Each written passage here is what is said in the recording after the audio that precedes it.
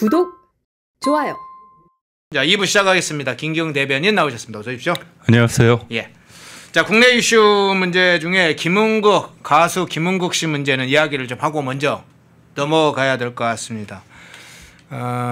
자, 김은국 씨 지금 제목에도 떠 있는데 정치 활동을 중단하겠다 이렇게 선언을 하면서 필요할 때는 찾는데, 특히 선거 때 뭐 이럴 때 필요할 때는 찾는데 그렇게 나중에 시간이 지나면 연락도 일치 안 한다, 개만 또 못해다, 이렇게 상당히 직격을 했어요.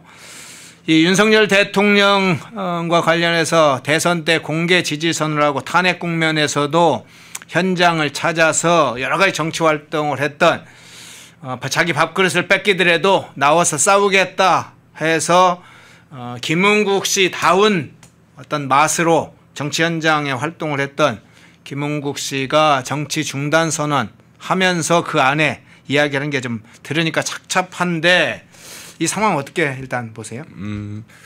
우선적으로 이제 총선이나 대선 저희들이 뭐 할 때 그 연예인 분들이 왔을 때 많은 분들이 알아봐 주시고 주목도를 높이지 않습니까? 예. 그렇기 때문에 참 많은 분들이 선거 때 연예인 분들을 많이 찾는데요. 참 안타까운 게 선거가 끝난 다음에 이분들의 어떤 고마움, 그런 것들을 전화 한 통화라도 하고 그다음에 만나서 식사도 하시고, 그리고 또 기회가 되면 많이 또 여러 행사나 그런 상황에서 좀 불러주시고 그래야 되는데, 그러지 못한 부분이 좀 아무래도 저쪽 좌파 쪽 연예인들은 뭐 개념 연예인, 개념이 아니죠 사실상. 어떻게 보면 광우병 관련해서 뭐 청산거리를 먹는다 이런 헛소리 하는 사람이 많기 때문에 개념 연예인이라는 것도 일종의 프레임입니다. 네. 그래서 뭐 저쪽 진영의 한쪽에 고착화된 연예인들이 있는데 구조적으로 그런 게 좀 있는 것 같아요. 제가 이제 KBS 기자를 20년 가까이 했기 때문에 언론노조가, 민노총산의 언론노조가 왜 새를 불리는지 아십니까? 어떻게 불립니까? 이게 뭐냐면 네. 본인들이 집권했을 때, 그리고 본인 뭐 이른바 좌파 정부가 들어섰을 때 자리를 다 줍니다. 그러면 이제 후배들이 들어오잖아요. 후배들이 들어왔을 때 옳고 그름의 문제로 세상을 보면 좋습니다. 근데 본인들도 회사 생활을 하다 보니까 좌파 쪽 사람들은 정권을 잡으면 아예 노골적으로 뭐 부장도 시키고 연수도 보내고 그다음에 특파원도 보낸단 말이죠. 그리고 주요 부서 쪽에 보낸단 말이죠. 근데 보수 정부가 들어서면 형평성을 따지거나 아니면 실력 위주로 합니다. 그러다 보니까 저쪽에 있는 사람도 써요. 그러면 후배들이 볼 때는 뭐겠죠?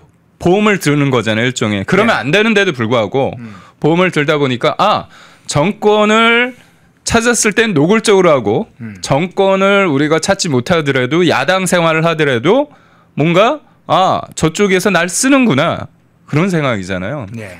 진짜 저도 고민을 많이 했습니다.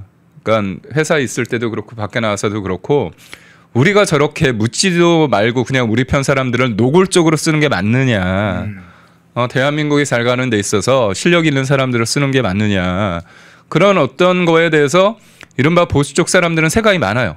근데 뭐 우리 김은국 선생님 같은 경우는 워낙 능력이 좋으시고, 저희가 못한 부분은 저희가 이거를 반성을 하고 바꿔야 된다는 부분은 전제로 하고, 제가 드리고자 하는 말씀은 그만큼 카르텔화되어 있습니다. 네. 좌파 쪽 사람들은, 연예인들이 카르텔되어 있어서 본인들이 집권하면 아예 대놓고 하고, 그다음에 야당 정권을 못 잡았을 때는 그걸 가지고 정부를 비판하면서 행사가 많잖아요. 그러니까 우리가 거리를 지날 때 왜 보수 정부 때 그렇게 야당, 민주당에서 집회를 많이 할까? 집회를 많이 하면 거기에 많은 사람들이 와서 노래 부르고 춤추고 그러는데, 거기에 이른바 좌파 쪽 사람들이 와서 많이 합니다. 그리고 돈도 받아가고 그러죠. 그러니까 그게 일종의 공고화된 카르텔이에요. 근데 우리 쪽은 그러지 못한 부분이 있습니다. 그래서 이거는 어떻게 본다면 좌파라는 사람들이 일종의 보면 그람시라고 공산주의자 있지 않습니까? 이탈리아? 그 사람이 말했던 게 그거예요. 우리가 이제 권력을 가지고 싸울 때 보여주는 면, 이것만 보고서 정치의 영역에서만 치열하게 싸우는 게 아니라, 그람시가 얘기했던 건 진지전입니다. 뭐 교육, 언론, 그다음에 문화. 거기에 좌파적 색깔이 있는 사람들이 쫙 되고요. 그 사람들이 이른바 자리를 통해서 행사를 통해서 그런 걸 통해 가지고 다 이해관계가 얽혀 있는 거예요. 그러면서 이빠른 얘기를 하는 거죠. 실질적인 뭐냐 본인들의 일자리 밥그릇 싸움입니다. 본질은 그런데도 불구하고 그래서 그게 아주 예전부터 공고화돼 있어요. 근데 우리는 지금은 유튜브가 많이 좀 활성화됐기 때문에 우리 보수 진영 내에서도 본인이 예능을 통해서 아니면 여기에서도 뭐 치열하게 하는 뭐 최국 개그맨 같은 경우 네. 최국 씨 같은 경우는 굉장히 잘하거든요. 네. 그러니까 그런 분들은 할 수는 있는데 그렇게 본인의 어떤 캐릭터와 실력과 그런 풍자와 비판을 통해서 하는 사람이 제한적이기 때문에 우리가 기회가 된다면 지금 야당이지 않습니까? 네. 뭐 집회도 하고 여러 행사가 있을 때 그리고 지금 지자체장들이 있지 않습니까? 지자체장은 서울 서울 구가 25개 있지 않습니까? 제가 알기로는 한 반 이상 3분의 2가 국민의힘 쪽이거든요. 그리고 지자체장들 많죠. 경기도도 있고 인천도 있고 그렇다면 지자체장 분께서는 행사 많지 않습니까? 요즘 가을이고 그런 행사 때 뭐 노골적으로 뭐 그러라는 건 아니지만 봤을 때 그래도 국민들이 좋아하시는 분들 해서 이분들한테 기회를 좀 주면 어떨까? 그러니까 이게 뭐 정치의 영역을 떠나서 저쪽은 너무 노골적으로 하는데 우리는 그러지 못한다. 그건 노골적 저들에 대한 비판에 그치지 말고 저쪽이 잘못하는 것들은 비판해야 되겠지만 그나마 배울 점이 조금이라도 있다면 헌신하신 분들, 치열하게 현장에서 싸우신 분들에 대한 공감과 그런 배려가 당연히 있어야 되지 않을까 그런 생각을 해봅니다. 예. 자, 김은국 씨 가수 김은국 씨 연설을 한 장면을 한번 보겠습니다. 그때 탄핵단 씨의 연설이면 좋을 것 같은데요. 연설 혹시 있습니까? 예, 한번 좀 볼까요? 지금 아무것도 없는 거예요. 뭐 방송도 없고 행사도 없고 제가 볼 때 너무 마음이 아파서 내가 그 형으로서 선배로서 내가 먼저 이 친구들한테 보여주는 게 낫겠다. 그래서 마음을 먹고 그 이제 정계 은퇴는 좀 안 맞고 이제 그런 건 아니고 네. 지금 상황에 이게 볼 적에 우리가 이제 스스로 알아서 자기 길로 본업으로 돌아가는 게 맞겠다. 뭐 그런 판단을 해. 필요할 때만 뭐 이제 연락하고 네. 되든 안 되든 네. 끝나면 뭐 아무도 없어요. 찾는 사람도 없고 연락도 없는 거예요. 아니 집구석 들어가도 불편해 지금. 네. 집구석도 지금 나란 사람을 내가 진짜 이 생방에 말 조심해야 되는데 집에서도 네. 네, 이 영상을 보려고 한 건 아닌데 영상이 조금 다른 영상이 올라왔네요. 이제 탄핵 당시에 김은국 선생의 연설 영상을 좀 보려고 했는데 그 영상이 아니었네요. 다른 영상이었는데 근데 본래 이제 영상을 보여드리려고 하는 건 그간에 김은국 씨가 겨울에 얼마나 사실은 고생도 많이 하고 했는지 앞서 이제 김경영 대변인도 이야기하셨는데 사실은 농공행상 해야 됩니다. 다만 농공행상을 할 때 적절한 인물이 아닌 인물이 예를 들면 부패한 인물이거나 능력도 안 되는 측근이거나 뭐 친인척 관계라든가 이런 농공행상은 하면 안 되죠. 그러나 능력도 있고 헌신했고 또 그에 대해서 충분하게 그에 대한 대가를 해야 될 사람은 농공을 해야 된 농공행상은 당연히 해야 됩니다. 우리가 뭐 잘하는 사람 인센티브도 보통 기업에서 주지 않습니까? 농공행상은 당연히 필요하죠. 그런데 오히려 농공행상이 없어요. 제대로 된 농공행상이 없어요. 오히려 자기 측근이나 그냥 특별한 재능이나 능력도 없는 사람들을 우리가 가려다 쓰는 게 문제죠. 그냥 자기 주변에 자기 말 잘 듣는 그건 농공행상이 아닙니다. 정당이라는 것은 뜻을 같이 하는 정치적 결차이기 때문에 뜻을 같이 하는 사람들 주변에 모으는 것도 중요하죠. 그러니까 김은국 씨 같이 겨울에 한 벌에 자기 것을 내놓고 나오는 사람들을 그렇게 사는 사람들 함부로 얘기하면 안 돼요. 지금 쓴소리를 하는 것을 우리가 가지고 있는 보수의 정치 문화가 가지고 있는 고질적인 문제에 대해서 아픈 고리를 지금 때린 것이 맞습니다. 그게 좀 듣기 거북하게 할 수는 있어요. 그러나 본질적인 문제, 김은국 씨만의 문제가 아닙니다. 수많이 헌신해서 싸우는 사람들 싸울 때 막 뒤에서 욕하고 바짓가랑이 부정이 잡는 사람들 많이 있지 않습니까? 그런 어떤 정치 문화가 한 문제라고도 보이는데 저는 보수 정치권들에 대한 절규가 좀 필요하다고 좀 보이거든요. 네. 그러니까 이게 보면 선거라는 게 어떤 상황이냐면 불확실한 상황입니다. 그렇기 때문에 일종의 그분들 입장에서도 내 정치적인 신념 플러스 던지는 겁니다. 그렇다면 그것을 한 사람 한 사람의 그런 마음이 모아져서 우리가 길을 내는 거잖아요. 선거를 이겼다고 하면 이 분들에 대한 배려가 반드시 있어야 돼요. 그래야지만 우리가 다음에 어떤 일을 할 때 그분들도 그 사람뿐만이 아니라 그 분을 지켜보는 사람을 통해서 이놈의 조직은 열심히 한 사람이 인정받는구나. 그렇죠. 되는 조직이구나. 그렇죠. 그러면 다음에 어려운 상황이라도 어려울 때 도우니까 잘 됐구나. 그래서 도울 수 있는 거죠. 근데 제가 좀 안타까운 건 뭐냐면 선거 끝나고 나서 제가 인수위하고 대통령실에 들어갔을 때 의외로 늘공들이 많았습니다. 어공하고 늘공이 있거든요. 어공은 뭐냐면 저같이 원래 공무원이 아니다가 선거를 통해 가지고 이제 정무직, 그다음에 별정직 공무원으로 가는 사람을 어쩌다 공무원.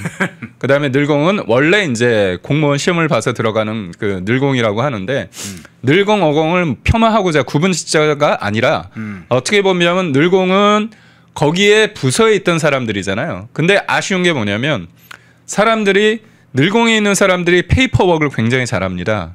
그러니까 우리가 어떤 글 했을 때 저는 기자이기 때문에 페이퍼워크를 할 필요 없잖아요. 기사를 쓰는 게 일이잖아요. 네. 근데 저도 놀란 게 공무원들이 페이퍼워크를 너무 잘하는 거예요. 근데 내용보다는 이 페이퍼워크를 너무 잘하다 보니까 그 중간에 있는 중간 간부들이 그거에 현혹되는 경우가 있습니다. 근데 이 일이란 건 뭐냐면요. 신념과 철학이 있어야 됩니다. 항상 어떤 일을 할 때 저항이 있거든요. 그런데 이런 저항을 뚫고 할 때는 어떤 사람이냐 결국 힘들었을 때 같이 한 사람들은 내가 불확실한 가운데 그 사람의 신념과 철학을 같이 해서 모인 사람들입니다. 그렇죠. 그래서 선거를 이겼다고 끝나는 게 아닙니다. 본 게임은 정권을 잡고 나서 우리가 개혁을 해야 되는 거잖아요. 개혁을 할 때 어떤 사람이 도울까요? 공무원들을 비하하는 게 절대 아닙니다. 그분들은 어떻게 보면 일종의 기능적인 생각을 할 수밖에 없어요. 정권과 상관없이. 그렇다면 이 집권했던 정치 세력이 그 사람들의 어떤 기능적인 사고 그런 것들을 잘 맞게끔 하는 게 능력인 거예요. 그런데 그걸 넘어서서 너무 그 사람들의 모든 것들의 의사 결정에 정점에 두게 되면 문제가 생기는 겁니다. 왜냐? 유리할 때는 가죠. 그럼 불리하잖아요. 그럼 그거에 대해서 쉽게 바꿔 타는 겁니다. 예를 들어서 농림부 장관 있지 않습니까? 농림부 장관 윤석열 정부 때 임명을 했는데 이 관련해서 양곡법 관련해 가지고 그거 엄청나게 문제라고 했지 않습니까? 양곡법이 뭡니까? 우리 세금 가지고 일정 부분 쌀값이 떨어지면 그거 다 떼우는 거잖아요. 그러면 벼농사만 하게 되지 않습니까? 이거는 계속 세금을 할 수밖에 없어요. 근데 이재명 들어서니까 그 농림부 장관이라는 사람이 싹 바꿔타면서 양곡법 좋다고 그러지 않습니까? 네. 이런 영혼 없는 인간들에 대해서 우리가 잘못 기용한 겁니다. 그러니까 결국은 뭐냐? 저는 우리가 자유민주주의와 시장경제라는 투철한 생각을 가지고 법치와 헌정이라는 부분에 대해서 우리가 생각하는 부분에 대한 생각을 가진 사람들이 딱 이기고 나서 밥상 차릴 때 몰려드는 사람과 그 전부터 내가 그걸 위해서 치열하게 싸웠던 사람의 마음가짐이 다릅니다. 그리고 어쩌다 공무원이라는 사람들이 기본적으로 능력이 없습니까? 그러지 않거든요. 그 사람들도 다 어떤 영역에서는 다 인정받는 사람이고요. 저도 KBS 기자 20년 했고요. 그런 사람들이 다 대한민국을 위해서 다 던지고 선거 때 도와주는 겁니다. 그렇다면 우리 김은국 선생님도 그렇고 많은 우파 보수에 있는 연예인들도 그 과정에서 노력을 했단 말이에요. 그렇다면 그분들에 대해서 우리가 고마워해야 되는데 김은국 선생님이 이런 말씀을 했을 때 그렇다면 많은 우리의 보수와 대한민국을 사랑하는 연예인들이 이거 마음은 가는데 저쪽 가면 찍히는 거 아닌가. 저쪽은 찍히는 게 아니라 훈장이라고 생각하는 거고요. 우리는 훈장이 아니라고 생각하는 거잖아요. 그렇기 때문에 저희는 뭔가 됐을 때 도와주겠다가 아니라 지금부터 같이 할 수 있는 것들을 찾아서 제가 말씀드렸잖아요. 지방 선거 저번에 우리가 압도적으로 이겼습니다. 지금 많아요. 부를 수 있는 거. 그래서 눈치 보지 마시고 그리고 그분들이 정치적인 어떤 발언을 행사장 가서 하는 건 아니잖아요. 그래서 그런 것들을 잘 해주셨으면 하는 바람입니다. 예, 최근에 찰리 커크께서 어쨌든 교환회의 사망하셨죠. 트럼프 대통령과 핵심 측근들을 마가 진영이 찰리 커크에 보낸 핵심적 메시지가 뭡니까? 신의입니다. 신의. 동지적 의리, 찰리 커크가 물론 뛰어난 청년 지도자이기도 하지만 본질적으로는 우리가 김은국 씨 문제를 받는 것도 동일합니다. 정치적 신의, 뭐 그냥 일반적 상의로 의리, 조폭의 의리가 아닙니다. 뜻을 같이 한 사람들이 좋을 때나 나쁠 때나 좋을 때는 써먹고 나쁠 때 상황이 안 좋으면 팽개치는 그게 아니라 나쁠 때도 함께 그 길을 가려고 하는, 밥그릇 하나 더 놓아서 어려운 일 없냐 해서 전화해서 선거 끝나도 전화 고생 많이 했다. 가끔 한 번씩 식사라도 하자. 어려운 일 있으면 하자. 그리고 또 우리가 포럼도 하고 그러니까 가끔 와서 세미나도 좀 와주셔서 격려도 말씀도 해주라. 뭐 이런 것부터 시작되는 거죠. 무슨 자리 욕심은 그건 둘째 세 번째입니다. 자, 그런 것들은 문화가 우리가 없다는 거죠. 시인이 신뢰 지켜야 될 그런 원칙. 근데 자, 이 장면을 한번 보겠습니다. 탁현민 이야기를 한번 잠깐 하겠습니다. 그거 한번 띄워주시겠어요? 제목을. 자, 탁현민이가 이재명 임명식인데 사실은 저거 이제 재헌절 행사 때를 앞두고 탁현민이가 고민을 했다는 겁니다. 김웅 씨한테 이물리한 행진곡을 부르라고 해야 하나? 노래 한번 부탁을 할까? 이렇게 고민을 했다는 거예요. 뭐 본인 표현으로는 극단적인 농담이지만 하여간 고민 중이다. 이번 주 중에 정리하겠다. 뭐 이런 걸 밝힌 바 있어요. 탁현민이. 한 6월 달입니다. 올해 6월 달. 그러니까 7월 재헌절 앞두고 행사를 준비하는 탁현민이가. 뭐 탁현민 얘기를 액면 그대로 그냥 받아들이는 것은 아니지만 자기 지지층들이 다 듣는데도 저희 얘기를 했어요. 자, 포섭 전략이라는 것도 있습니다. 쟤들은 저렇게 우리 핵심에 관계되어 있는 연예인들을 저런 방식으로 또 끌어들이기도 해요.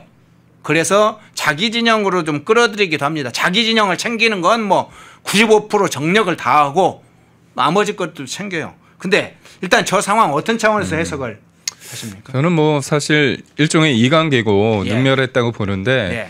그런 생각을 할 수 있게끔 만든 부분은 뭐냐? 예. 결국은 김은국 선생님이 사실상 이제 우파 쪽에서 보수 쪽에서 힘들겠구나.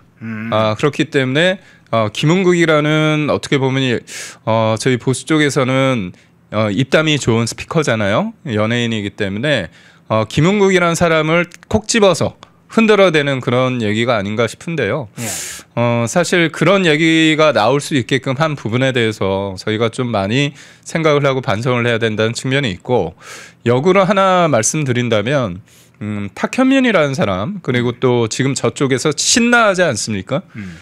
지금 우리가 개헌과 탄핵 이후에 그리고 정권 교체를 당하고 나서 굉장히 조금 힘들어합니다.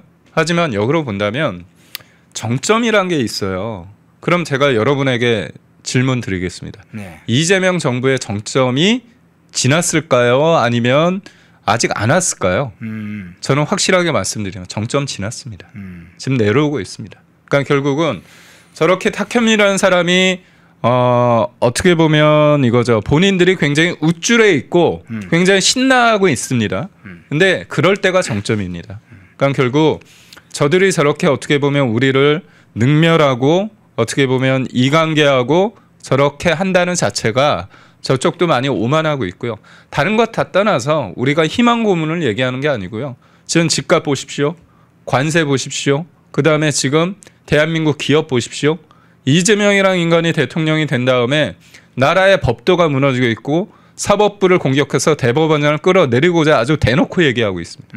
이런 적이 없거든요. 그렇기 때문에 겉보기 등급에 있어서는 저들이 많은 거를 가졌다. 의석수가 많고 입법 권력이 있고 대통령이라는 작자가 이재명이기 때문에 행정 권력까지 가지고 있다고 생각하겠지만 그렇지 않습니다. 그래서 아주 우리가 냉정하게 봤을 때 지금 대한민국이 이재명이라는 사람 때문에 어떻게 되고 있냐. 그리고 우리가 침묵하는 분들이 많이 있습니다. 근데 저는 이 침묵이 그냥 남을 나라의 그런 게 아니고요. 지켜보고 있습니다. 그렇다면 저는 10월에서 11월 중에 의미 있는 여론조사 기관에서는 당연히 50% 깨진 지 오래됐지만 갤럽과 리얼미터에서 깨지기 시작하면 저는 여러 가지의 어떤 민심의 요동이 칠 거고요. 이재명이 실력이 있어가지고 집권한 게 아니잖아요. 어떻게 보면 사실상 강탈에 갔기 때문에 저는 본질적인 본인들의 어떤 능력 없음이 드러날 수밖에 없기 때문에요.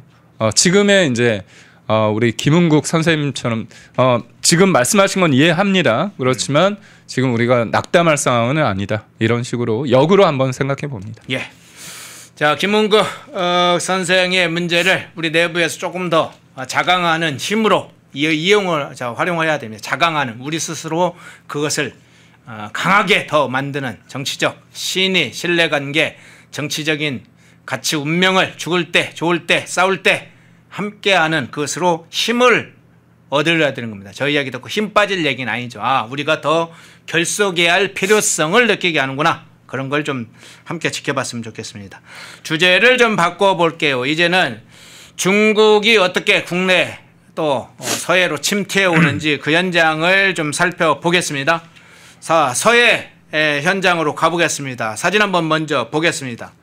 자, 그 사진 말고 두 번째 사진 한번 볼까요? 자, 서해 구조물 현장에서 또 다른 사진. 이 서해 구조물 중국의 한중 잠정 조치 수역에 설치되어 있는 중국 해상 구조물인데, 자, 저기에 지금 사람들이 있는 모습이 보이죠? 지금 빨간색으로 표시를 한 부분이 일부 있습니다. 지금 5명 정도가 저기에 지금 구조물 선란 2호로 지금 표기가 돼 있죠. 그 5명 정도가 저 인력이 있는 걸로 확인이 됐어요. 단순 그래서 이 구조물이 아니구나라는 거 이제 확인이 되고 있는데, 아래쪽에 보면 잠수복을 착용하고 산소통을 정비하는 모습도 일부 보였다고 합니다. 일단 저 사진을 통해서 저 장면 어떤 차원에서 해석하십니까? 우리가요 서해 잠정 조치 수역이라는 이 용어부터 좀 말씀을 드려야 되는데요. 예. 그러니까 우리나라하고 중국이 EEZ라고 해서 배타적 경제 수역이 있지 않습니까? 예. 서로 이제 겹치는 부분이 있어요. 그러면 우리 바다다 너희 바다다 싸울 수 있으니까 거기는 어떻게 얘기하냐? 어업 활동만 할 수 있습니다. 그렇죠. 그러니까 물고기만 잡을 수 있고 그렇기 때문에 구조물을 설치하면 안 돼요. 근데 중국이 잘하는 게 뭐냐? 지금 여기는 서해입니다. 그렇지만 남중국해 같은 경우에 얘네들이 알박기 하잖아요. 네. 그러니까 사실상 자연섬이고 그런 쪽에 이제 콘크리트를 매설을 해가지고 거기를 이제 인공섬으로 만들어서 자기네 땅이라고 우기고 있습니다. 그것으로 인해서 필리핀, 베트남 뭐 여러 국가와 지금 영토 분쟁을 벌이고 있죠. 그런데 얘네들이 지금 양식장이라고 우기고 있습니다. 저걸. 그래서 여기가 설란 2호잖아요. 1호가 있다는 겁니다. 그렇죠. 두 군데를 박아놓은 겁니다. 2018년도에 설치를 했죠. 설란 1호는 아마 그랬던 맞습니다. 기억합니다. 그런데 양식장이라고 하는데 우리 쪽에서 확인하려고 하니까 막 물리적으로 겁박해서 못 오게 하고 그러다 이제 이번에 사진 촬영을 했는데 보통의 상식적인 상황에서 잠수복하고 산수통을 사용하는 경우가 양식장에서는 없다는 겁니다.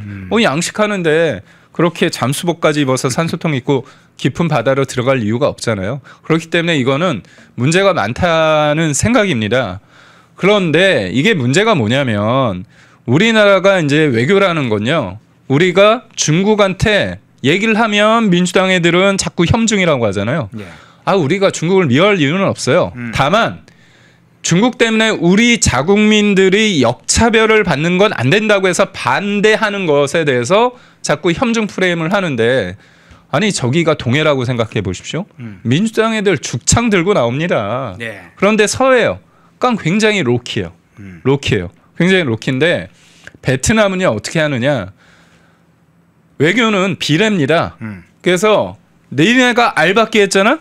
그럼 우리도 알박기 할래? 그래가지고 베트남이 남중국해예요. 스프레틀리 군돈에 레드 암철을 메워서 군사용 항만을 만들었는데 중국 사이즈의 한 70%가 된답니다. 그러니까 중국이 겁박하고 있어요. 그런데 지들도 했잖아요. 그래서 우리도 해야 되는데 보니까 우리나라에서 이 관련해서 비례 대응 예산을 했다는 겁니다. 근데 그게 예결위 심의에서 삭감이 됐다는 겁니다. 연구 용역비 10억 원하고 비례 대형 구조물 설치 비용이 600억 정도 되는데 이거를 싹 없앴다는 겁니다. 대응 예산조차. 아니 그거 누가 없앴겠습니까? 민주당이 없었겠죠. 그러니까 민주당과 이재명 정부에서 중국에 대해서 할 얘기도 못하는 겁니다. 아니 문재인이 어떻게 했습니까? 중국 가서 우리는 작은 나라, 중국은 큰 산봉우리. 그리고 시진핑의 중국몽과 함께하겠다고 했고 이재명이라는 작자는 당대표, 야당의 1당이었죠. 그 의석수도 진짜 압도하는 과반을 넘는 건데 싱하이밍 중국 대사 만나서 어떻게 했느냐? 싱하이밍이 A4 용지 한 20장인가 10 몇 장을 쭉 읽으면서 윤석열 정부를 비판하면서 뭐라고 얘기했냐? 중국과 미국과의 경쟁 과정에서 미국이 이길 것이라는 곳에 베팅하면 오판이다 이렇게 얘기를 했습니다. 근데 이재명이 옆에 있으면서 아무 얘기도 못해. 그러니까 중국 대사 앞에서도 그랬습니다. 그러니까 이번에 시진핑이 온다고 하지 않습니까? 에이펙 때? 저는 대한민국 대통령이라면 우리나라 국민과 생명 그리고 영토잖아요. 영토. 서해 저렇게 알박기를 하는데 우리는 민주당과 이재명 정부에서는 이 부분에 대해서 비례적으로 구조물을 설치하는 예산을 아예 없애버렸다. 그렇게 한다면 이거는 뭐 사실 서해 바다를 내주는 거 아닌가 그런 생각을 해봅니다. 예. 자 실제로 한번 보겠습니다. 남아시아해 부분을 한번 보겠습니다. 남아시아에서 지금 베트남 이야기를 해주셨는데 필리핀과의 지금 군사적 또 이 분쟁도 계속 발생하고 있죠. 근데 그 현장에서 실제 필리핀 해경선하고 중국 해경선하고 충돌하는 게 아니죠. 사실은 중국의 해경선이 공격하는 일이 벌어졌었죠. 중국이 지키는 해양, 지금 남아시아 쪽에 해양 패권 전략 중에 제1도련선, 제2도련선을 만들어 놓고 제1도련선, 자기의 해양 영역을 지금 막 구축하는 전략을 쓰고 있어요. 자, 일단 좀 지난 이전에 봤던 영상이지만 중국 해경선과 필리핀 해경선 충돌, 공격 영상 한번 보겠습니다.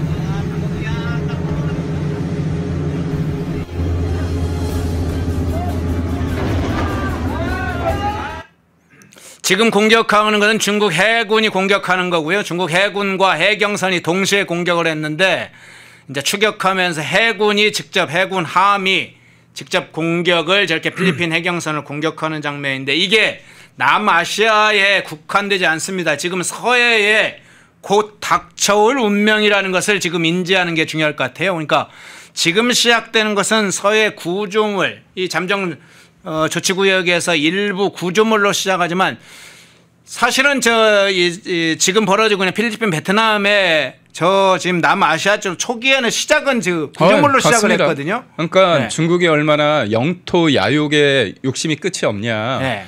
아니, 동북공정은 역사잖아요. 역사를 기반으로 해가지고 하는 부분인데 서해공정은 알박기를 통해 가지고 바다도 우리 그리고 바다가 단순히 바닷물만 있는 게 아니라 거기 무한한 자원이 있기 때문에 석유가 있을지 천연가스가 있을지 그리고 망간 등 여러 가지 이제 광물이 있기 때문에 굉장히 중요한 겁니다. 그리고 그걸 기준으로 해가지고 배가 드나드는 여러 가지 문제점도 있기 때문에 이거는 사실 영토적인 개념인데 제가 진짜 황당한 게 뭐였냐면 조현 외교부 장관이 뭐라고 얘기했냐. 중국이 이웃 국가들의 다소 문제가 있다. 중국이 영내 현안에서 국제법을 준수하는 것을 보고 싶다.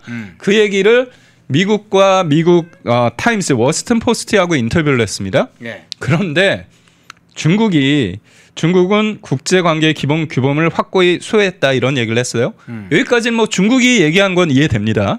그런데 우리나라 대통령실에서 뭐라고 얘기하느냐? 조 장관 발언은 한중 간 일부 이견이 있더라도 영내 안정과 번영에 기여하는 한중 관계를 만들기 위해 지속 노력하겠다는 취지다. 물타기를 냈죠. 아, 그러네요. 아니, 외교부 장관이 중국이 국제법 좀 지켜야 된다. 이 서해 이 구조물 관련해서 얘기를 한 겁니다. 그랬는데 우리나라 대통령실에서 그거 그냥 한중 관계에 좋은 거 안정과 번영을 위해서 한 얘기야. 이런 식으로 해명을 했다는 거. 이거는 아니 우리가 잘못한 게 아니잖아요. 예. 중국이 우리나라에 와가지고 막 행패를 벌였어. 그런데 그거에 대해서 문제 제기를 하니까 국제법 법 좀 지켜. 그러니까 아 그건 아니고 그냥 잘 지내자는 거예요. 이렇게 얘기한다는 겁니다. 이게 문재인이 그 시진핑 만나러 갔을 때 여러분 뭐 기억하실지 모르지만 공항서부터 행사장에서 얻어 터졌습니다. 예. 기자들이. 예. 그러고 나서 16기 중에서 8기를 혼밥을 냈습니다. 거기에서 가서 한 얘기가 이거예요. 대한민국은 작은 나라고 중국은 높은 봉우리. 그래서 산봉우리. 산봉우리. 예. 그래서 시진핑의 중국몽과 함께 하겠습니다. 그렇게 했습니다. 그러고 나서 뭐가 있었죠? 한한령이 있었습니다. 한한령. 우리나라 기업들이요. 사업을 못했습니다. 쫓겨났습니다. 사실상. 그런데 중국에 대해서 지금 보고 계시네요. 저기는 중국입니다. 노영민 중국 대사하고 저기 뭐라고 해명을 했냐면 저 당시에 중국 사람들의 평범한 삶을 체험하기 위해서 체험 현장이에요? 그러니까요. 아니 그러면 노영민이랑 왜 먹습니까? 중국의 보통 사람들과 밥을 먹어야겠죠. 근데 어떻습니까? 저 보통 사람들이 갈 만한 곳이 아니잖아요. 좋아 보이는데 저는 중국 가서 저런 데서 못 먹어본 것 같아서 여기 나오네요. 아이고 참. 예. 자, 중국 서해 문제를 중심으로 남아시아 문제까지 좀 다뤄봤는데요. 자, 이제 다른 장면을 한번 볼게요. 다른 측면에서도 지금 고민이 필요합니다. 우리가 이미 보도를 했던 부분이지만 이런 차원도 연관해서 살펴봐야 될 것 같아요.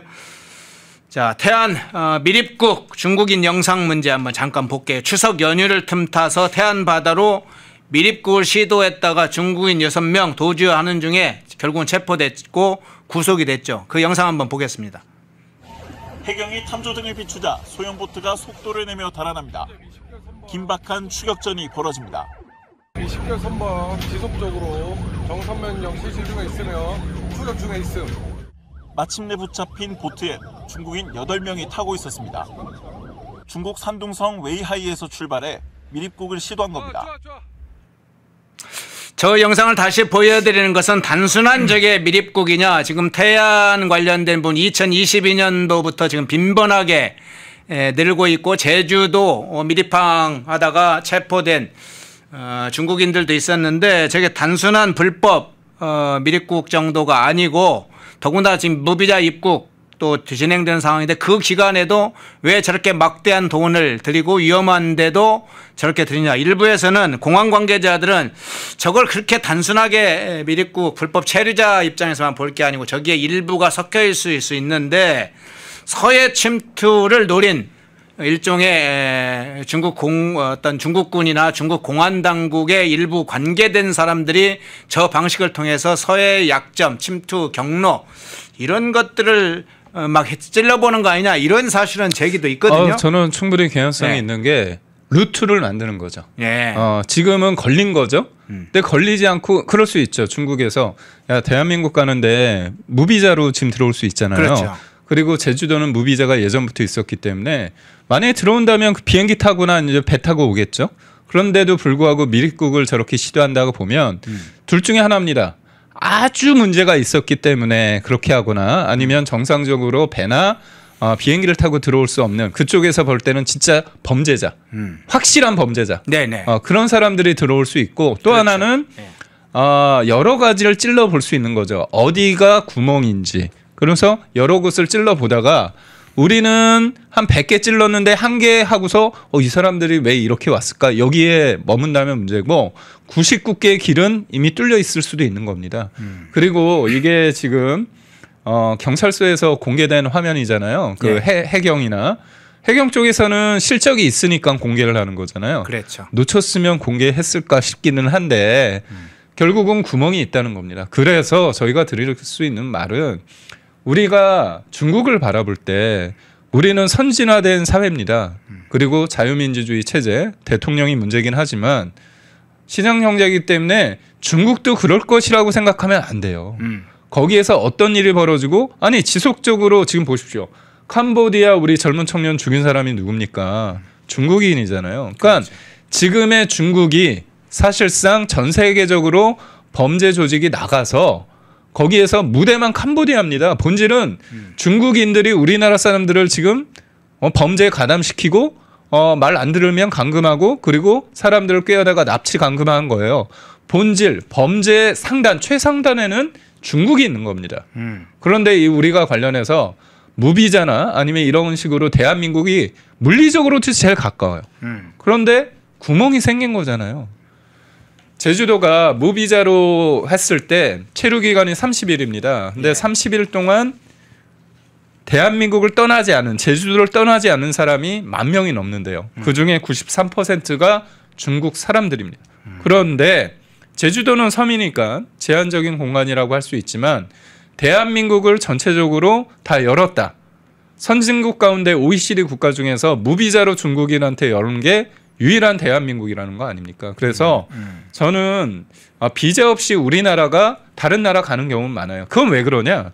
우리나라가 선진국이고 우리나라 사람들이 그 나라에 가서 눌러 앉을 이유가 없습니다. 그렇죠. 그런데 중국은 아니잖아요. 그렇다면 우리가 지금 협중이 아니라 그 사람들이 어떤 사람인지 오는지 모르고 있고 실제로 제주도에 눌러 앉은 사람의 93%가 중국 사람들이라면 당연히 문제 제기를 하는 게 보통의 상식을 가진 사람인데 그걸 혐중 하는 사람들은 제가 볼 때 혐오하는 국민의힘을 너무 혐오하는 게 아닌가 그런 생각을 해봅니다. 예. 자 이제 정치 현안 문제로 한번 좀 넘어가 볼게요. 정치 현안 중에 우선 최민희 문제는 한번 좀 짚고 넘어가야 될 것 같습니다. 딸 결혼식 문제 때문에 여러 가지 모렴치한 정치 행각들이 그 발언과 함께 알려지면서 최민희가 상당히 정치적으로 지금 몰리고 있어요. 위기에 몰린 상황인데 묘하게 MBC와 싸우는 국면이 됐습니다. 최민희 딸 결혼식에 관해서 MBC가 보도를 했어요. 그러니까 국감 때 MBC 보도본부장을 퇴장시키는 일이 벌어졌고 MBC 기자들이 맞서는 상황이 됐네요. 좀 일단 이 상황 어떻게 상황을 평가하세요? 제가 알기로는 그 최민희 의원이 그 박정훈 의원하고 김우영 의원 있지 않습니까? 네, 네. 그 분들이 옥신곡신했을 때 그거를 기자들을 내보냈어요. 예. 근데 그거를 MBC가 보도를 했습니다. 그 내용이 주로 보도가 돼서 그랬군요. 네. MBC는 최민희의 딸의 결혼식을 보도 안 했을 겁니다. 그건 보도하지 않았고 제가 200% 확신합니다. 예. 내용이 조금 달랐군요. 그러군요. 달랐는데 그게 뭐였냐? 네. 그러니까 기자들 관점에서는 저도 이제 기자를 20년 가까이 했기 때문에 어떤 취재 현장에서 내보낸다는 게 문제죠. 그런데 그거에 대해서 보도를 했으니까 최민희가 그거를 보도 본부장을 놓고 문제 제기를 한 거예요. 예. 내가 내보낸 게 뭐가 문제냐? 내가 그리고 했을 때 편파적이냐? 우리 국민들이 볼 때 편파적이잖아요. 그래서 오죽하면 MBC가 그런 보도. 그러니까 MBC가 최민희를 강력하게 비판한 것도 아닙니다. 그런데 MBC는 지금 최민희는 지금 완전히 완장찼거든요. 정청래가 최민희한테 뭐라고 했냐면 팩트입니다. 하고 싶은 거 다 해라. 이 얘기를 했습니다. 최민희가 지금 언론 개악인데 개혁이라고 이제 거짓말 치고 있는데 개혁을 한다고 하니까 정청래 당대표가 최민희한테 하고 싶은 대로 다 해라. 그래서 방송사법 하고 싶은 대로 다 하고 있죠. 그리고 본인들한테 가짜뉴스에 대한 정의도 제대로 성립하지 못하는 상태에서 문제를 제기하면 손배소를 5배 한다고 하면서 입틀막을 하려고 하고 있는데 MBC 보도를 가지고 이걸 문제를 삼는 겁니다. 근데 저는 최민희가 MBC에 대해서 이렇게 하는 거에 대해서는 두 가지가 있는 것 같아요. 첫 번째는 MBC 너희 별거 아니야. 우리한테는 김어준이 있어. 이렇게 생각하는 겁니다. 왜냐? 민주당이요. 경향과 한결에 관련해서 언론중재위원회에 문제를 제기했습니다. 네. 그거 왜 그러죠? 그러니까 본인들한테 자기네 편이라고 평가를 받는 경향과 한결에 마저도 입틀막 하겠다는 거거든요. 그런데 MBC가 제가 볼 때는 공격도 안 했어. 최민희에 대해서. 그런데 제가 볼 때는 방통위원장이 MBC의 대주주 박문진 이사 선임을 합니다. 그런데 이 박문진 관련해서 박문진이 어디 상임위 소관이냐? 과방이거든요. 네. 그러니까 이제 과방위의 위원장 입장에서는 본인이 갑이거든요. 그러니까 내가 부르면 와서 얘기를 해야 되는데 보도 본부장이 그거 내가 개입할 수 있는 거 아니냐 했더니 가만두지 않겠다고. 아니 생각해 보십시오. 언론에 대해서 자기가 가만두지 않겠다. 개별 보도에 대해서. 그러니까 MBC도 사실상 뭐 MBC 기자들도 이거 관련해서 항의 성명서를 내고 그런다고 하는데 저는 MBC 사람들은 이거에 대해서 반성 좀 해야 됩니다. 지금 무소불위의 권력을 누가 만들어줬습니까? MBC에서 민주당 쪼증해 주니까 예. 한없이 비판도 안 하고 그러다가 MBC 보도본부장이 공격을 당하고 본인들이 어떻게 보면 스타일이 구겨지니까 그때서야 성명서를 낸다고요? 그러니까 본질적으로 MBC가 한쪽으로 기울어져서 친민주당 보도를 실컷 했을 때 그러니까 눈높이가 하도 하다 보니까 무조건 칭찬해야 되는데 칭찬 안 했다는 이유만으로 비판했다는 이유로 그렇게 하는 거 보고 공격을 하니까 지금 기자들 입장에서도 아차하고 싶은 겁니다. 자, 편엔에 마침 기사가 실린 게 있네요. 1분 전에 실린 게 있네요. 한번 연결을 해보시겠습니까? 제목 한번 볼까요? 자, 최민희 아침부터 MBC 향해 연거푸 성역이냐 앞으로도 계속 지적할 것이다 라고 MBC를 향해서 재차 공격을 하는데 1분 전에 지금 김진기 기자께서 방금 올리신 기자가 있는데 아까 이제 내용은 우리 김기영 대변인께 소개를 해주셨는데 이전에 이제 딸 결혼식 문제가 아니라 김우영 의원과 박정훈 의원 간의 이제 논쟁 과정에서 발생한 문제 때문에 그 MBC 관계자 뭐 취재 관련된 부분에 관한 문제였는데 다시 최민희가 보도본부장 관련해서 퇴장시킨 것과 관련해서 페이스북에 올렸네요. 국감 질의 전 MBC 보도본장께 교정교열 받을까요? 라는 제목의 글에서 문제의 MBC 보도는 우리가 목도한 현장 보도이다. 직접 보고 목격한 것이다. 민주당 의원은 근거 자료를 가지고 주장하고 있다. 뭐 국민의힘은 막무가내였으며 쌍태질에 쌍욕을 부어봤다. 뭐 이런 거네요. 그러니까 결국은 민주당은 아주 적합하게 했고 국민의힘은 그냥 근거 없이 떠들어댔기 때문에 양비론으로 MBC가 보도한 거는 문제다 이거잖아요. 그러네요. 요지가. 그러니까 이게 왜 국힘 편 드냐 계속 그 주장을 하는 저는 거네요. 뭐냐면 MBC가 국힘 편을 들겠습니까?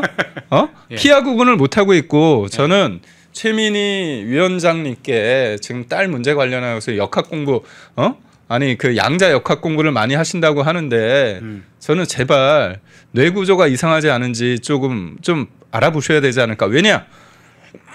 제 비하하는 표현이 아니라 최민희 의원께서 이준숙 방통위원장한테 뇌 구조가 이상하다고 얘기를 했기 때문에 제가 되돌려 드리는 겁니다. 네. 지금 곱게 이렇게 싹 돌려주시는 드리는 거예요? 그럼 매기는 거죠. 매기는 건데. 매기는 거죠. 아니 생각해 보십시오. 지금 본인이 해명할 게 너무 많아요. 그래서 왜 MBC를 공격하느냐. 그러면 본인이 잘못한 게 지금 가려질 수 있거든요. 딸 문제 때문에 제가 볼 때는 이거는 갑 중에 갑질한 거잖아요. 거짓말인지는 모르죠. 생각해 보십시오. 여러분이 부모님인데 딸이 결혼하는데 딸이 나한테 엄마 날짜 잊지 말고 꼭 그날 오라고 하고 머리 감고 오라고 얘기를 한다는 거예요. 그리고 내가 국회의원인데 딸이 내 아이디 국회의원 아이디로 국회에 있는 사랑제에서 신청을 했다는 겁니다. 나 모르게. 아니 아이디를 공유하나요? 딸하고? 근데 그 딸은 뭐 20년 동안 사실상 뭐 혼자 독립해서 뭐 살았다고 얘기를 하는데 앞뒤가 안 맞거든요. 그렇죠. 그런 본질을 제가 볼 때는 머리가 좀 좋은 것 같습니다. 악재를 통해서 가린다 생각하는 건지. 지금 말씀 주셨으니까 그 장면 한번 볼게요. 자, 최민희가 딸 결혼식 알게 된 게 국회 사랑제에서 결혼식 한 게 하루 전날에 알았다고 합니다. 저런 부모도 있긴 하군요. 국회 자기 딸이 언제 결혼한지 그 날짜도 몰라서 하루 전날에 연락을 받았다. 얼마나 다급했으면 그렇게 이야기를 하냐. 자기가 양자역학 공부하느라고 무슨 양자역학을 지금 과학자입니까? 양자역학을 지금 공부하게. 딴 결혼식을 하루 전에 알았다. 그런데 그러면서 악어의 눈물을 흘리기는 장면도 있었어요. 자, 그 사진도 좀 일부 있습니다. 근데 자, 이 사진 한번 보시죠. 자, 화환 사진을 한번 볼까요? 화환. 자, 국회 사랑제에 있던 사진인데, 자, 누가 봐도 잘 알지. 대통령 이재명, 국무총리 김민석, 저 화환은 어떻게 왔을까요? 하루 전날에 딸 결혼식을 하루 전날에 알았다는 최민희가 모르다. 딸 결혼식도 모르는데 이재명은 또 김민석은 또 관련자는 어떻게 알아서 저걸 딱 저 화환을 보냈을까요? 와, 화환이 발이 걸렸을까요? 아니면 이재명과 김민석이 와 그래 우리는 최민희는 잘 모르지만 최민희 딸은 우리가 아끼니까 그 결혼식 날짜만 기억하고 하고 있을게. 최민희도 모르는 기억하지 않는 결혼식 날짜를 해서 화환식을 딱 저 화환을 보냈을까요? 제 발로 걸어왔을까요? 저거 꽤, 재밌네요. 저 꽤 비싸 보이네요. 그래요? 저 국민 세금일 텐데. 아니 이재명 대통령 돈인가요? 아니면 김민석 총리 돈인가요? 그건 아닌 것 같아요. 100%? 네. 특활비인가? 아니면 공금일 것 같은데 저는 거짓말도 좀 적절히 하시고 납득될 만한 좀 성의 있게 근거를 가지고 얘기하시면 되는데 최민희 의원께서 자기 딸을 결혼식을 뭐 유튜브에서 들었다고 얘기했나? 네. 뭐 제가 볼 때는 참 모르겠습니다. 저도 뭐 자식을 키우는 아빠 부모 입장에서 도저히 납득이 안 되는 건데 저희가 분노하는 지점은 그렇습니다. 10월 달 결혼할 때 사람들 많이 합니다. 좋은 하죠. 날이잖아요. 예, 예. 좋은 가을이고 계절이죠. 좀 날씨도 좋고 5월과 10월이 예. 피크입니다. 그렇죠. 5월과 10월. 그러면 국회 사랑제에서 결혼할 때 그때 몰립니다. 대박입니다. 대박. 그런데 피감, 국감 시즌에 과방위 위원장이 딸이 결혼을 합니다. 그것도 대놓고서 국회에서. 그럼 뭐죠? 아니 청첩장을 돌리지 않았대요. 그게 본질이 아닙니다. 알아서 와. 알아서 기어 이거 아닙니까? 진짜 부끄러운 줄 알아야 돼요. 그런데 하는 말이 국민의힘하고 뭐 외부에서 내가 청첩장을 돌린 것처럼 하고 있다? 돌렸다고 얘기 안 했습니다. 예. 돌렸다고 얘기 안 했어요. 알아서 기게끔 하는 거잖아요. 본인의 권력이 얼마나 그러니까 MBC도 최민희 편인 줄 알았더니 그냥 있는 그대로 보도를 했는데 그걸 가지고서 왜 우리 편 들지 않는다고 적반하장식으로 입틀막하고 가만두지 않겠다고? 이게 아니 자기네들 국회는 놀이터입니까? 그러니까 지금의 저는 한편으로는 분노하지만 한편으로는 추미애, 전현희, 서영교 그리고 최민희 보수의 언니들, 보수의 이모들 열심히 하시는 것 같아서 국민들이 알잖아요. 권한을 줬더니 이딴 식으로 권력을 사유하고 있고 그래서 오늘 조선일보 1면에 뭐라고 되어 있습니까? 국감이 아니라 사감이라고 하지 않습니까? 국민은 유감입니다. 예. 자, 최민희 문제 먼저 좀 정치 현안 중에 먼저 첫 번째 이슈 다뤄봤고요. 자, 문영배 문제 한번 다뤄보겠습니다. 문영배 헌재 권한대행이 또 한 번 예상치 못한 이상한 발언을 했어요. 지난번에 이재명 향해서 뭐 권력 서열 순위 어떤 취지와 관련해서 이야기한 발언도 좀 있었는데 자 이번에는 어떤 발언을 했을까요? 문영배가 자 한기 22일 어제 공개된 한겨레 신문 인터뷰에 이런 내용이 있습니다. 지금 민주당이 대법관 증원을 추진하고 있죠. 14명에서 26명으로 증원한 12명을 더 늘리겠다는 것이죠. 4명씩 3년간 뭐 이렇게 늘리겠다는 것인데 그에 대해서 문영배 헌재 권한대행이 이런 얘기했어요. 타협과 평가, 실행의 피드백 없이 단기간에 대법관을 대폭 늘리는 것은 오히려 사법부의 독립성과 제도에 대한 신뢰를 해칠 위험이 있다. 약간 우려성 경고를 했어요. 또 하나는 한겨레 기자가 물었어요. 내란에 동조한 국민의힘을 정당 해산해야 한다는 주장에 대해서는 어떻게 생각하시냐. 그러니까 문영배가 일부 의원의 비위와 범죄가 드러나고 있어도 한동훈 당대표가 비상계엄 해제 등에 참여했기에 정당 전체를 내란 동조당으로 규정하는 건 지나치다고 본다. 헌재가 아니라 그건 국민의 선택, 즉 선거에서 심판받을 사안이라고 본다. 이렇게 밝혔어요. 자, 두 번째 문제는 조금 성격이 다른데 네, 예, 대법관 증원 문제는 뭐 좌파 원로 중에서도 김선수 전 헌법 재판관도 문재인이 추진하죠. 이재명이 추진하는 또 민주당이 추진하는 지금 방식에 대해 상당한 우려를 표하는 그런 내부 기사도 있던데 민주당이나 이재명과 좀 결이 다른 입장을 밝히긴 했네요. 좀 예상치 못한 이상한 발언을 했네요. 우선적으로 네. 민주당이 대법관 수를 늘리는 예. 이 법안을 만드는 거는 우리가 볼 때 딱 한 문장으로 규정을 하면 됩니다. 피고인이 죄 지은 놈이 자기 재판에 법관을 임명한다. 자기가 임명한다. 아니 피고인이잖아요. 네. 피고인인데 피고인 이재명이 자신의 재판을 할 대법관을 임명한다. 이게 상권 분립에 맞습니까? 이거예요 본질은. 네. 어떻게 죄를 지은 사람이 자기를 심판할 사람을 임명합니까? 지금 14명인데 26명으로 12명이 늘어나는데 네. 그중에서 이재명이 임기 동안 22명을 자기가 임명합니다.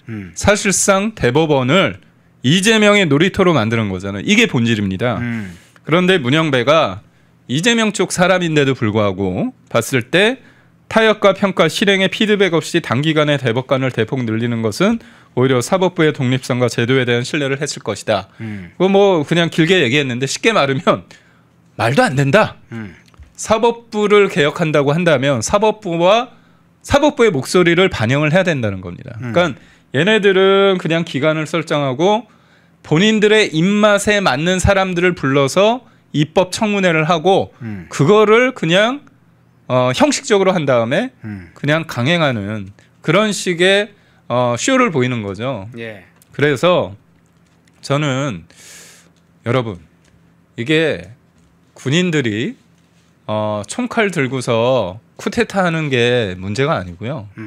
이재명이라는 사람이 자기 죄를 없애기 위해서 아주 집요하게 예. 배임죄 개정하고 제3자 뇌물죄 개정하고 공직선거법 허위사실 공표죄 개정하고 대법원장 늘리고 그리고 4심제를 해가지고 마지막에 대법원에서 유죄가 나오더라도 다시 한번 헌재로 끌고 가서 거기에서 무죄를 만들기 위해서 재판 소원이라고 하잖아요. 근데 저는 재판 소원이 아니라 이재명 소원인 것 같아요. 이재명 소원 그걸 해서 4심제를 만든다는 거 아닙니까? 그래서 저는 사실 지금 저희가 다 거리로 쏟아져 나와야 된다고 봅니다.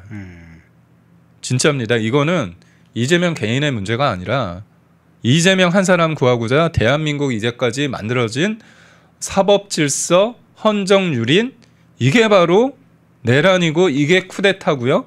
이거는 뭐라고 표현할 수 없는 겁니다. 깡그리 다 무너뜨리고 있는 거거든요. 그래서 저는 물론 다 나올 수는 없겠지만 어떤 계기가 있을 거라고 전 봅니다. 그 계기를 통해서 이재명이 말하는 개딸 주권 시대가 아니라 진짜 우리 국민들이 오롯이 살아있고 이겁니다. 국민들이 무관심하면 플라톤이 그렇게 얘기했잖아요. 사람들이 정치에 무관심하면 우리가 가장 저급한 인간한테 지배받는다고 얘기를 하지 않았습니까? 맞습니다. 여러분 전과 사범 8개 사건에 12개 혐의로 5개 재판 받는 사람 주변에서 만나기 힘듭니다. 그런데 이 나라의 국무위원들 장관이란 작자는 다 전과를 합치니까 22범이라는 거 아닙니까? 이런 나라입니다. 그래서 저는 이게 단순한 사법개혁이란 말로 그냥 끝나기에는 너무나 무서운 상황이 지금 백주대낮에 벌어지고 있다는 거고요. 근데 기울어진 운동장이지만 지금 사람들의 임계점이 이미 저는 와 있다. 그래서 분명히 저는 변화가 있을 거라 확신합니다. 예.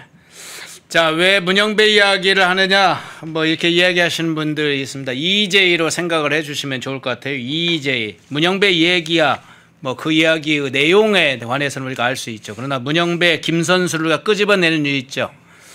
자, 좌파한테 이런 얘기를 돌려줘야 됩니다. 그렇게 너희가 추앙하던 문영배나 김선수조차 너희들이 하는 짓이 얼마나 야만적인 짓인지를 규탄하고 있지 않냐. 민주당 너희들이 하는 짓이 그렇게 저열하다. 좌파들 너희들이 하는 짓이 이렇게 저열하다. 이렇게 공격할 때 문영배와 김선수를 이용해야 됩니다. 국민을 설득할 때도 좌파를 그동안 좌파를 상징하던 인물들조차도 민주당 하는 짓은 이해하지 못하고 있다. 그만큼 엉뚱한 짓을 하고 있다는 EJ로서는 수법이니까요. 그런 측면에서 이해를 해주시면 좋을 것 같습니다. 마지막 주제 이거 한번 살펴보겠습니다. 자, 지금 부동산 문제가 최고의 이슈로 지금 됐지 않습니까? 네, 예, 곳곳에서 지금 사실은 아우성입니다. 뭐 노도강뿐만 아니라 경기도 쪽에서도 그렇고. 그런데 부동산 대책을 주도했던 인간들, 뭐 부동산 4인방이라고 지금 불리는 인물들, 김윤덕 국토부 장관은 뭐 별도로 하더라도 이 부동산 4인방들은 김용범, 뭐 구윤철, 이상경, 이억원 이 사람들은 갭 투자에 뭐 재건축 딱지, 입주권이라고 그러죠. 재건축 딱지까지 이용해서 수십억 차익을 지금 얻었다 이런 게 알려지면서 크게 논란이 되고 있는데 국토부 차관이 결국 이상경이가 아까 사과를 했네요.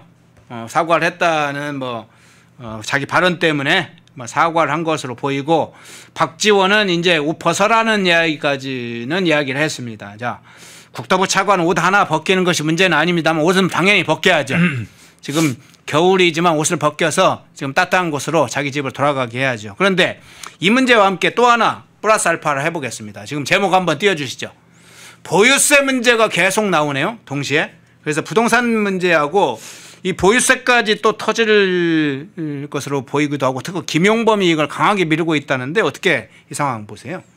아니 노무현 문재인 때 보유세 올렸잖아요. 예. 집값 올랐잖아요. 그렇죠. 아니 우리가 경험적으로 하잖아요. 그래서 얘네들은 뭘 보고 얘기하는지 모르겠는데 이게 기본적으로 거기에 있을 만한 능력이 없는 사람들이 공직이란 자리에 꿰차고 있어서 문제입니다. 우리가 얘기하는 이상경, 저는 이 사람 듣보잡이었거든요. 그래서 제가 궁금했어요.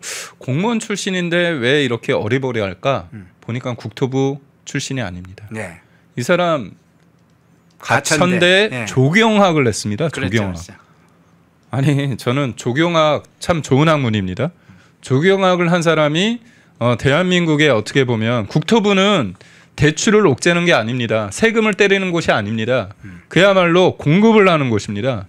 공급을 하는 곳인데 이 사람은 이재명의 이른바 부동산 멘토예요. 이재명한테 어떤 거를 쑤셔 넣었느냐. 기본 주택을 얘기한 사람입니다. 그리고 재건축 개발 이익 환수 제초안이라고 하죠. 그거를 세게 때려야 된다. 그러니까 결국 이 사람은 공급론자가 아닙니다. 공급론자가 아니라 결국 수요를 분질러뜨려야 된다는 건데 근데 앞뒤가 안 맞는 게 있어요. 뭐냐? 대장동은 또 칭찬을 했어요. 대장동이 뭡니까? 네. 그 수천억 원을 민간업자한테 준 거잖아요. 근데 그게 또 잘 됐다고 또 얘기를 했습니다. 그러니까 본인의 철학이 뭔지도 모르겠어요. 그런 사람을 국토부 1차관으로 됐다. 그럼 말이 안 되는 거잖아요. 국토부 장관 차관이라면 결국은 공급을 어떻게 하는 게 좋을 것인가? 뭐 재건축 재개발 어떻게 할 것인가? 아니면 신도시를 조성할 것인가? 그린벨트를 어떻게 풀어서 할 것인가? 이렇게 어떻게 하면 집을 만들어낼 것인가에 대한 고민인데 이 사람은 그게 아니라는 거잖아요. 이 사람이 전공은 기본주택과 공공주택 임대입니다. 그러면 이분은 어디에 사느냐?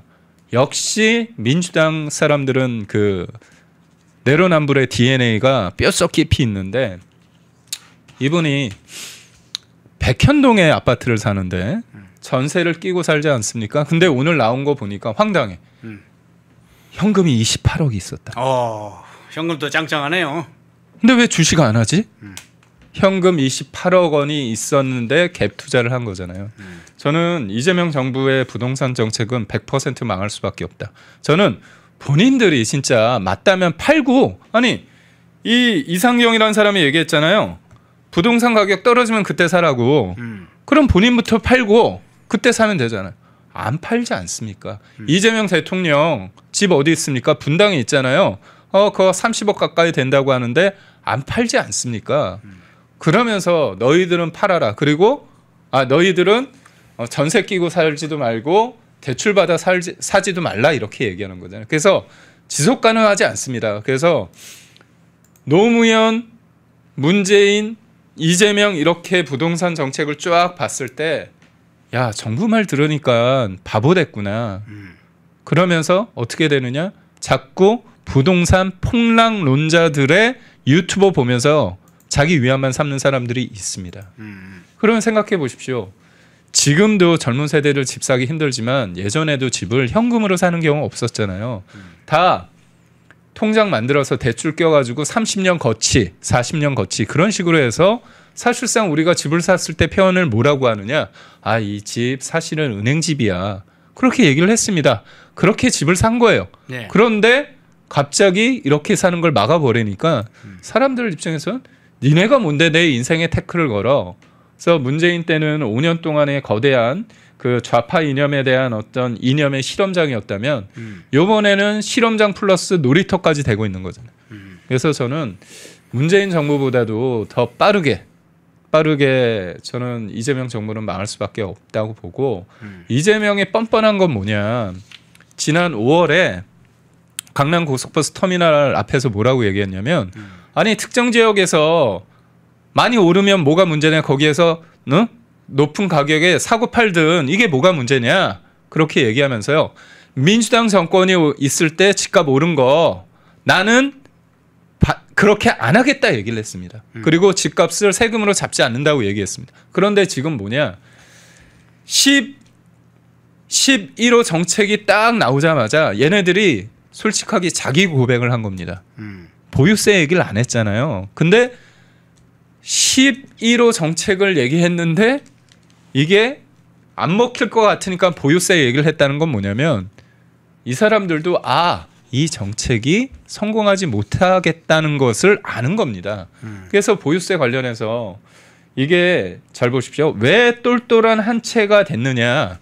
다주택자가요. 이분들이 집이 여러 채 있다고 해서 본인들이 사는 게 아니잖아요. 전세와 월세 물건입니다. 이른바 시장에서 민간에 있어서의 일종의 임대 사업자 기능을 하는데 이 사람들이 부동산을 올리는 가격을 올리는 주범이라고 타겟팅하면서 악마화했습니다. 그러니까 이 사람들은 세금도 혜택 못 받고 그러니까 팔고서 똘똘한 한 채를 산 거예요. 그리고 집 한 채 있는 사람들 입장에서는 그렇게 돼 있는데 요번에 보유세를 강화하는데 1주택자도 세게 때린다는 겁니다. 그러면 저항이 있겠죠. 네. 그래서 제가 확실히 말씀드리지만 지방선거 전까지는 군부를 뗄 겁니다. 근데 여러분 지방선거 만약에 이재명이 되잖아요. 민주당이 이기잖아요. 그러면 세금 확실히 확 뜯어낼 거고요. 그리고 제가 볼 때는 개헌합니다. 개헌해서 총통으로 등극할 겁니다. 지방선거까지 이야기를 해주셨네요. 예, 2부에 마지막에 이제 사실은 이 뭐 부동산 대책 이야기를 하고 정치 현안들 최면희 이야기를 했습니다만 주요 뭐 현안들 앞에서 좀 같이 중국의 지금 서해 침투 문제도 포함해서 함께 다뤄봤습니다. 자, 2부에 정치 현안 주의하게 좀 디테일하게 분석을 해주셨습니다.